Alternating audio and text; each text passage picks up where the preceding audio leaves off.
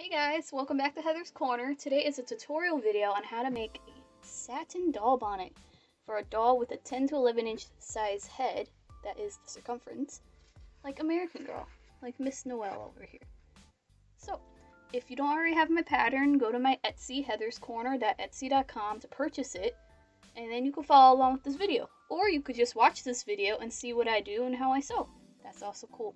So we're going to get to the first step, which is taking your pattern pieces and cutting them out, and then I'll show you what my pieces look like after I cut them. Let's go to the next step. Here is my purple satin bonnet. I cut it out of this kind of crepey satin material. It's nice, has a really nice shine to it, and I have the knit band that goes around the front. I cut this out of a t-shirt. So my first step is to zigzag around these edges, because that really helps to stop the fraying once you've gathered the edge and pull it, because when you're manipulating this fabric, since you can see it fraying already, since it easily frays when you start pulling on it and touching it, it's going to fray a lot and be very messy, and I don't like dealing with that.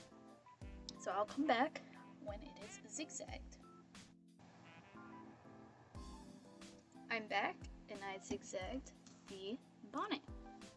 So bring it up to the camera and let it focus. You can see the edge has all the little zigzags, and this will really help stop the fraying. So the next step to do is to gather around the edge. So you're going to set your machine to a 5 or the biggest stitch size you have on a straight stitch.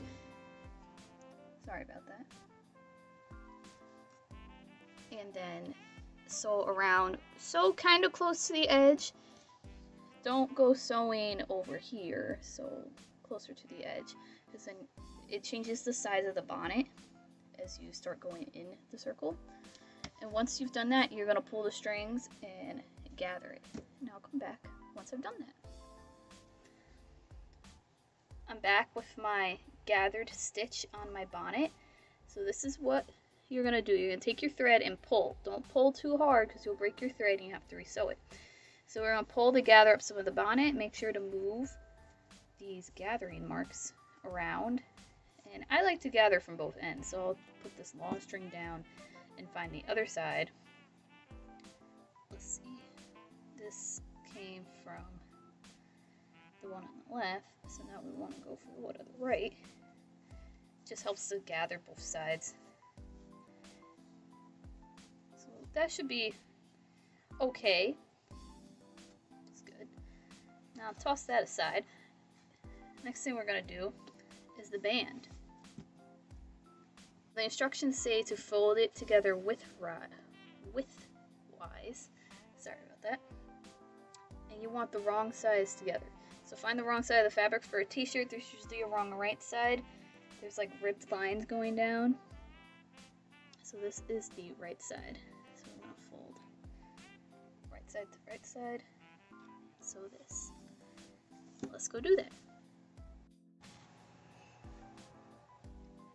I sewed the shorter sides together, used my purple thread. Now the next step can be a little tedious. So what you're going to do is turn it around, fold the band in half lengthwise, and then take your bonnet, and I find it easy to start pinning this to the bonnet at the place the gathered stitches start and stop. So right here is where they start, so I'm gonna put the band on the edge and start pinning it into place. And this is where you form fit the bonnet to the band. So you may need to pull a little extra bonnet to be gathered or loosen it. This is just what may take up the most of your time when making these. I'll come back when it's all pinned. Here is my bonnet with the band attached, well, pinned actually, and I did break my thread a little bit, got too tight. That's okay, I just folded the pieces over into little pleats. It'll be fine. So you want this to look like this. The band is sized to fit a head that's 10 to 11 inches in circumference like the American Girl doll head. So it may look small now, but you'll be fine after. So we're gonna go sew this and come back. You can see that your bonnet will basically be done after you sew this. It's gonna be great. Ta-da! I sewed it together. Sometimes just to get it sewn down, it's gonna be a little uneven, so you may want to go back and do another line so that when you flip it over, the length of the band is more even. But it's okay, because it doesn't really show too much. See, I did 2 lines of stitching. Now you can put this on your doll. If it feels kind of snug at first, it's just that gathering stitch that you did is tight, so you may have to break it or take it out. Just the gathering stitch, that is. And you may see it on the outside edge, just a little bit there, and you can always take that out with a seam ripper or just leave it because it's dark purple, hard to see it unless you're really looking for it. This is how I made the bonnet. I'm gonna go grab a doll to model it for you. Woo! Here is the final product on my doll Noelle. She is, I think, TM85 with the large amount of curly hair, and it fits nice in here, so a few little pieces poking out that I haven't put in. But I had a customer whose picture's in this pattern who has a doll with locks, and they're like waist length, and they all fit in the bonnet. I was impressed.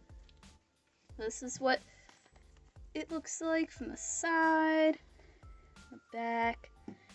I love these. Just like for people who use them at night, they're perfect for your dolls to keep the hair intact, especially during moving, like if you're taking her in a car, packing her away, or just rearranging your doll space. It keeps that hair nice. And if I take this off, you'll see how great her hair is. I've kept it in a bonnet for most of the time. I don't really play with them, they're more for display, but look at it. So beautiful. Well, I hope this tutorial helped you learn how to make a bonnet. And I can't wait to see you next time. Check out my Etsy for all the other patterns I have. They're more fashion doll size, but I'm trying to get others up. My Etsy is heatherskorner.etsy.com. It'll appear right here on the screen. It's great. Thank you. See you all next time.